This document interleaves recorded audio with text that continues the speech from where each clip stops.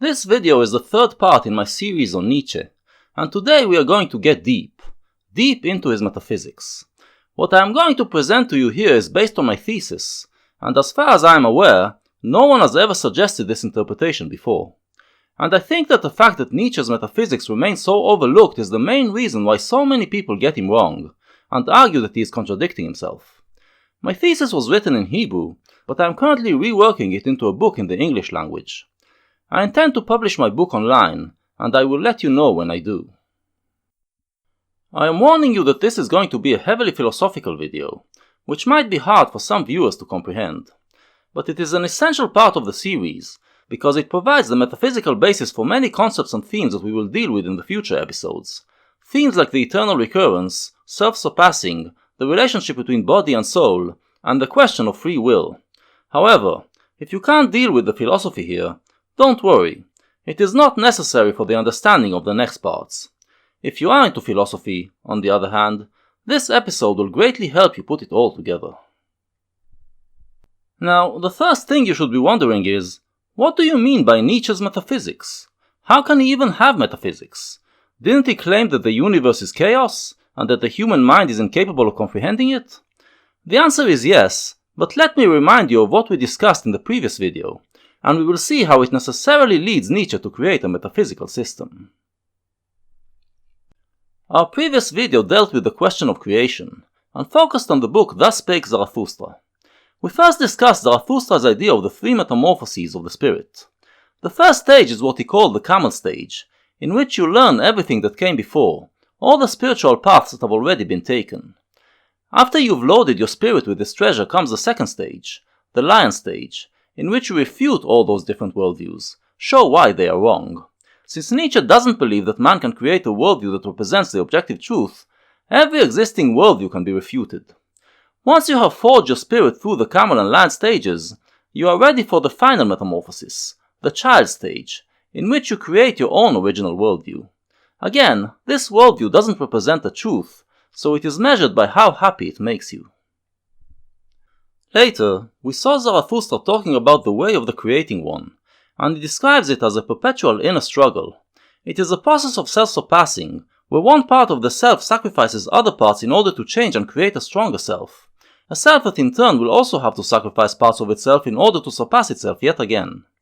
This process is what makes Zarathustra happy, and he concludes from it that the force that is driving him, and every other living being, is what he calls the will to power. The will to power is the will to surpass yourself, to be bigger and stronger than you currently are.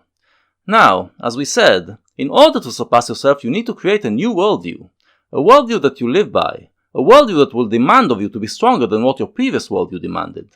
And, to have a complete worldview, it must of course contain metaphysics.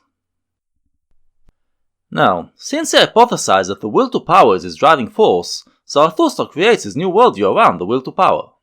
This worldview already contains a rudimentary form of metaphysics, but Zarathustra focuses mainly on ethics. The book portrays his attempt to create these ethics and live by them, and the drama that unfolds as a result will be discussed in our next chapter.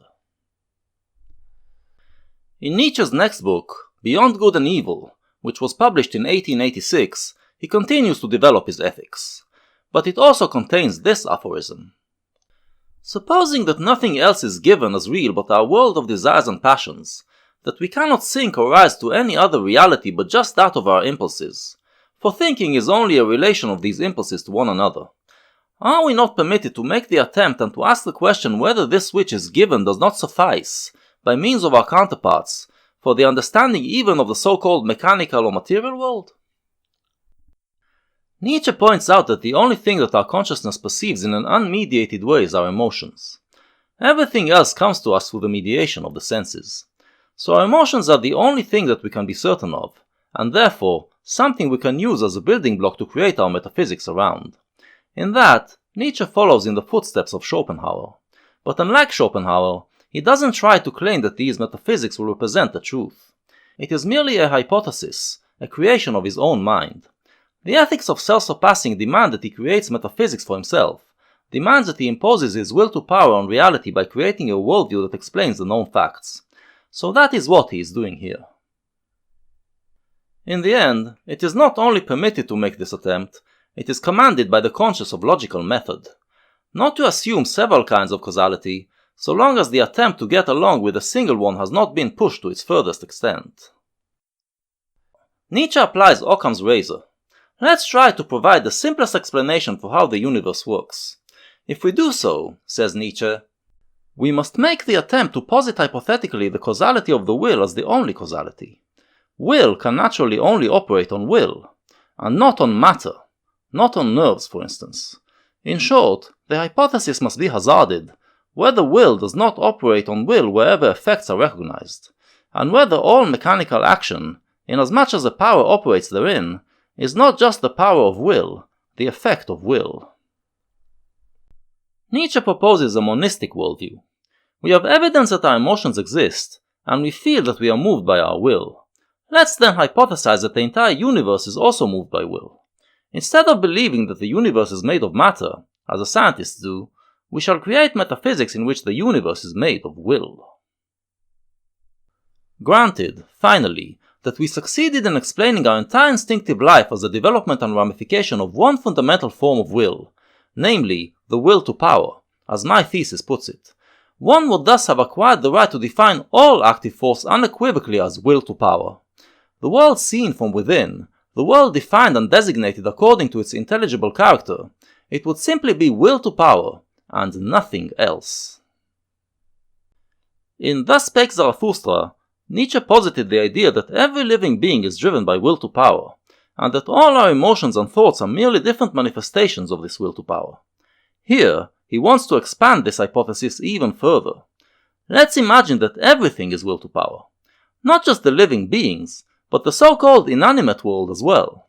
In short, he wants to create a monistic worldview, in which the will to power is the foundation that makes up the universe, and everything in this universe is a manifestation of will to power. Let's try to unpack this. So while a materialist worldview is one that regards every entity in the universe as made of matter, Nietzsche's worldview says that there is no such thing as matter, and instead regards every entity in the universe as made of will to power. What does that mean?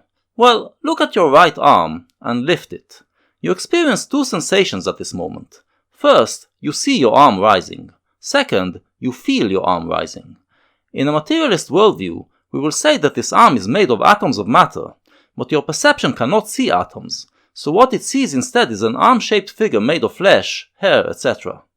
While what you feel is the result of your brain transmitting a command to the hand, signaling your will that it should be lifted, and your arm transmitting back to the brain that it has carried out the command. Now, imagine that instead of atoms of matter, what you are seeing is actually just the will. That sensation that you are feeling is also what you are seeing, and your perception gives it the appearance of an arm. With this idea in mind, along with his other radical ideas, Nietzsche set out to write what was supposed to be his magnum opus, a book that was to be called The Transvaluation of All Values. But his disease eventually struck him down, and he didn't get to finish it. In the beginning of 1889 he collapsed, and spent the rest of his days in a mental institute, completely insane. He did manage to write quite a bit of it though, and what he wrote was compiled by a sister and close friend, and published under the title The Will to Power. From what we have in this book, it is possible to extract a pretty clear and complete picture of the metaphysics that he was developing. I am now going to delineate these metaphysics, and I will point to the aphorism I am relying on to get each of the ideas. So let's begin describing Nietzsche's universe. His worldview portrays the universe as made of one thing alone, and that is will to power. The will to power is not matter, and is not spirit. Matter is traditionally defined as something that has expansion, i.e. that takes up space, and has no self-drive. It does not move unless acted upon by outside forces, and its movement obeys mechanistic laws. Spirit is traditionally defined as having self-drive, moving itself according to its own will, but no expansion in space. Nietzsche's universe has neither matter nor spirit. The will to power is the foundation of the universe, and it is something that has self-drive and expansion in space. So the will to power is the foundation that makes up the universe. Apart from it there is nothing, not even empty space. There is an old debate in philosophy on whether space is an independent thing, and the foundation dwells in it, or whether all there is the foundation. Nietzsche's metaphysics posit the will to power as the only thing, and its expansion is what forms space. There are only bodies of will to power, and there is no empty space between them. We see empty space between bodies only because our perception can't perceive bodies before they reach a certain size. So, the universe is made of bodies of will to power. The next question we should be asking is, can these bodies divide eternally? An old debate in philosophy is whether you can always cut a body in half, or whether you eventually reach bodies that are indivisible, or as they are called in Greek, atom. Well, Nietzsche states that there are no atoms, but in some places he talks about atoms of energy. How do we settle this apparent contradiction? I think that when he uses the word atom in the second case, what he means is a body of will to power that is not composite, that is made of just one force and is not a composition of several forces. However, this body can still be split into smaller bodies, so it is not an atom in the traditional sense.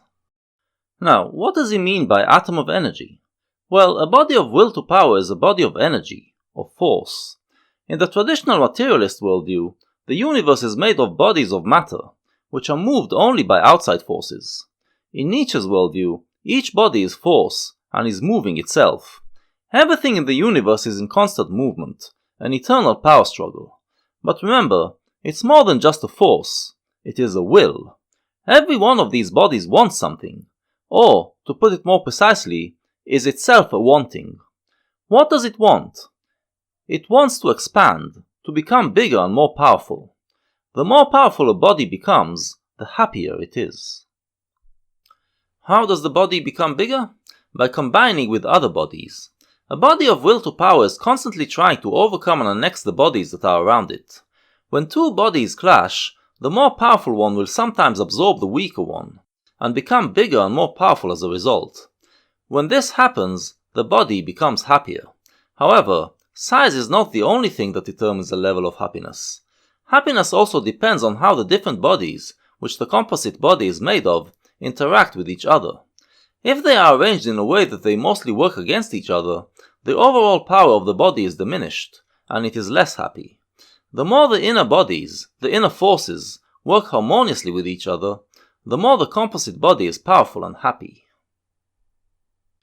Now, at the moment, we are still on the atomic level, discussing how particles act and interact. But note that we already have the basis to understand the concept of self-surpassing. Humans are composite bodies of will to power, and their level of happiness is dependent on how harmoniously their inner forces are interacting. Self-surpassing occurs when you adopt a new worldview, and subsequently a new way of life, which causes a realignment of your inner forces, making them work more harmoniously. You have then surpassed your former self, and created a more powerful and happy self. Note that the body of will to power is a body that feels. Since it is made of will, a craving of power, the amount by which this craving is satisfied results in the level of happiness that the body feels. It feels other things too, such as the power of the bodies it encounters. The body reacts in a certain way to the power it encounters, and if that reaction is good, it will survive the encounter. If it remains the same body, then it will react in the same way whenever it encounters bodies with similar power. And even if it combines with other bodies and becomes bigger, this pattern of reaction will remain, and so we have a primitive form of thinking. So thinking, in Nietzsche's worldview, is something that precedes living organisms.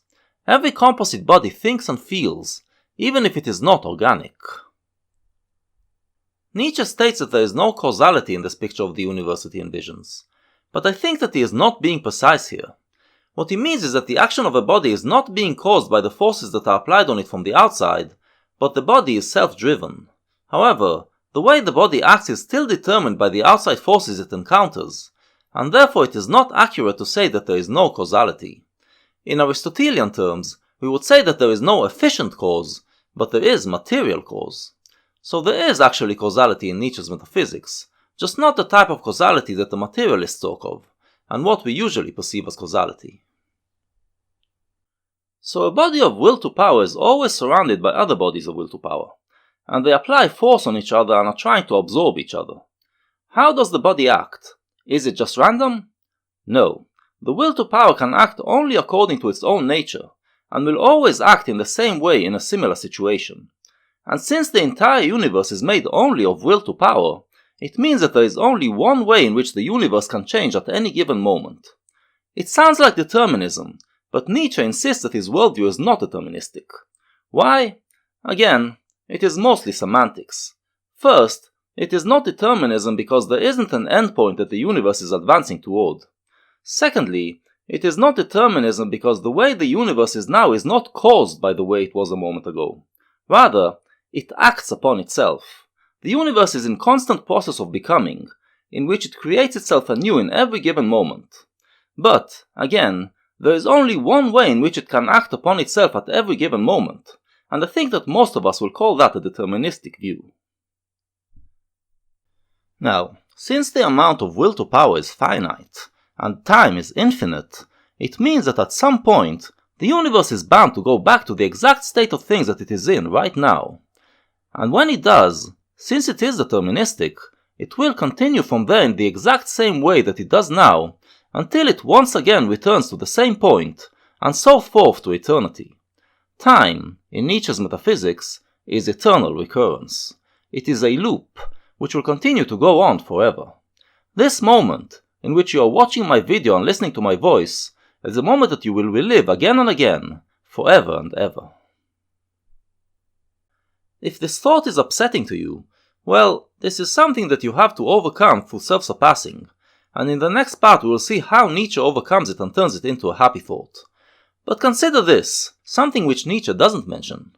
In the gargantuan amount of time it will take for the universe to go back to the current state of affairs, it can go through many similar variations.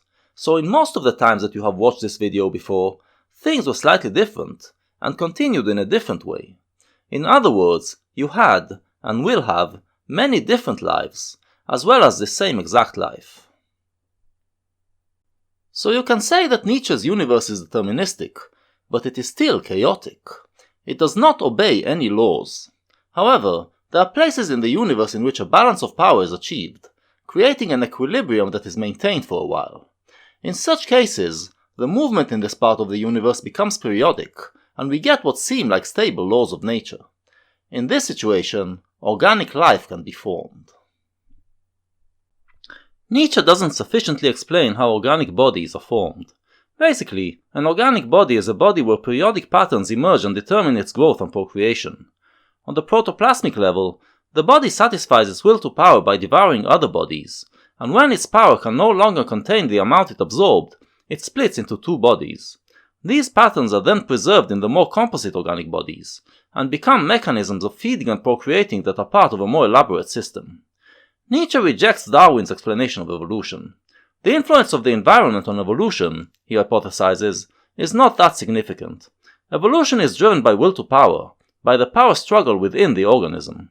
This leads to inner changes, which, if they make the organism more powerful, survive and pass on to the next generations.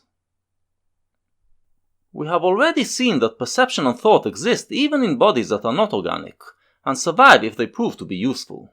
So, while the philosophers of enlightenment believe that our perception and thought can understand the universe and decipher its laws, Nietzsche rejects such notions. Our senses and our cognitive abilities are merely tools that have evolved, and have proven themselves to be useful. We should use them because they are good for our survival and happiness, but we should not make the mistake of thinking that they perceive reality as it is. Now, let's talk about free will. Do we have free will? Not in the traditional sense, since the universe is deterministic. But, says Nietzsche, this doesn't mean that our will is not free. We think that it means non-freedom because we are thinking of the subject in materialist terms. In materialism, our thought is formed by our brain cells. In other words, it is formed by something made of matter, which obeys mechanistic laws. We perceive this material reality as something that is different from the mind, different from the self, and thus we feel that the self is driven by something that is different from it. But if we realize that we are made of will to power, a self-driving foundation, we realize that there is no dichotomy of matter and spirit, and the self is in the driving seat. Most of our thinking does indeed occur on the unconscious level, before we become aware of it, but our conscious thought takes part in the process as well. We can think and act only in one way, but that is not because we are bound by external laws. It's because we can think and act only according to our nature. But, you might say, my thought at this moment is still dependent on my thought at the previous moment. This is true, but remember that time is a circle, which means that your thought at the previous moment is also dependent on what you are thinking right now. If you think the idea of eternal recurrence to its end, you will realize that time itself just dissolves, and all you are left with is your existence in the now, and now in which you are taking an active part in the creation of the universe. The question is, where is your mind at the moment? Is it being driven by outside stimulations, or are you thinking an original thought? If you are thinking for yourself, then you are free. What we did right now is an example of self-surpassing. If your old self believed that it was a spirit trapped in a deterministic world of matter, you might have felt alienated and miserable because of it.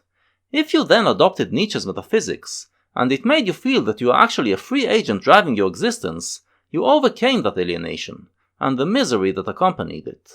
Your old self was replaced with a new, happier self. This is what self-surpassing is about. So, we understand how the human organism has evolved.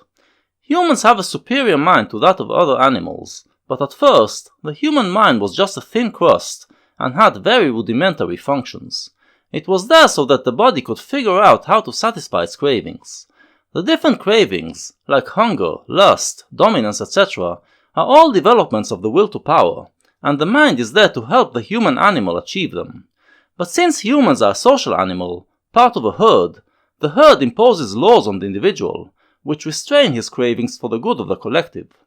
Now, with the mind containing both the will to do something and the prohibition of it, its forces were turned against one another, and an inner world started to develop, an inner world that grew deeper and deeper with the advancement of civilization.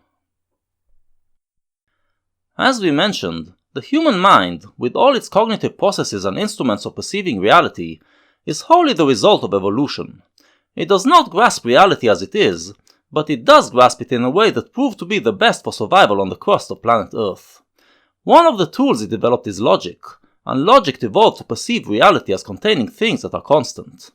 That is, it doesn't see reality for what it is, which is an ever-changing chaotic stream, but perceives stability in the bodies that constitute it. It grasps objects that have identities, made of a set of characters that define them and remain constant over time. Moreover, it also began to perceive itself as a constant thing, and so the idea of the subject, or the soul, emerged. And so the mind, which is merely part of the body, started to perceive itself as a distinct entity which is trapped in the body, a subject within an object. In this situation, humans started to feel alienated to the ever-changing world around them. They felt themselves to be a stable being, and surmised that only something stable is real. They felt the need to maintain this stability, and yet they were in a world where everything perishes. The conclusion that was drawn, in both Greece and India, was that the soul is an eternal being that comes from a divine world where everything is constant and eternal, but fell into a world of becoming, where everything changes and perishes. And so, man started to feel alienated to his world, alienated to his own body, and wishing to liberate himself from it and return to his original place, where he will live in eternal bliss. A similar development happened in the field of morality. At first, morality was meant to serve the will to power, but then a reversal occurred, and morality became repressive. But we shall discuss this in a future episode. The upshot of these developments was that the body became reviled. The cravings of the body were now seen as something that is coming from a place that is outside of the soul, outside of the self. For the soul to be free, mused the Western thinkers, it must rule over the body and subjugate it. But, in reality, the so-called soul is actually part of the body, so repressing the body only weakened the soul. The forces of the self were turned against each other, and so the overall power has been diminished, and man became miserable. Western culture has interpreted this misery as a sign that the soul is not yet in full control, and the body became more and more repressed, leading to greater and greater misery.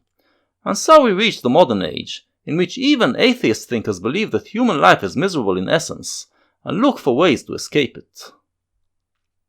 How do we overcome this situation, according to Nietzsche? Why, by self-surpassing, of course. We need to reverse all the values that have been built upon these misconceptions of the relationship between body and soul, and create new metaphysics and ethics that affirm the body, affirm life, and allow the will to power to be manifested in the maximal way. In this video, We describe the metaphysics which Nietzsche created to underlie his ethics. The next 2 episodes will be dedicated to the ethics.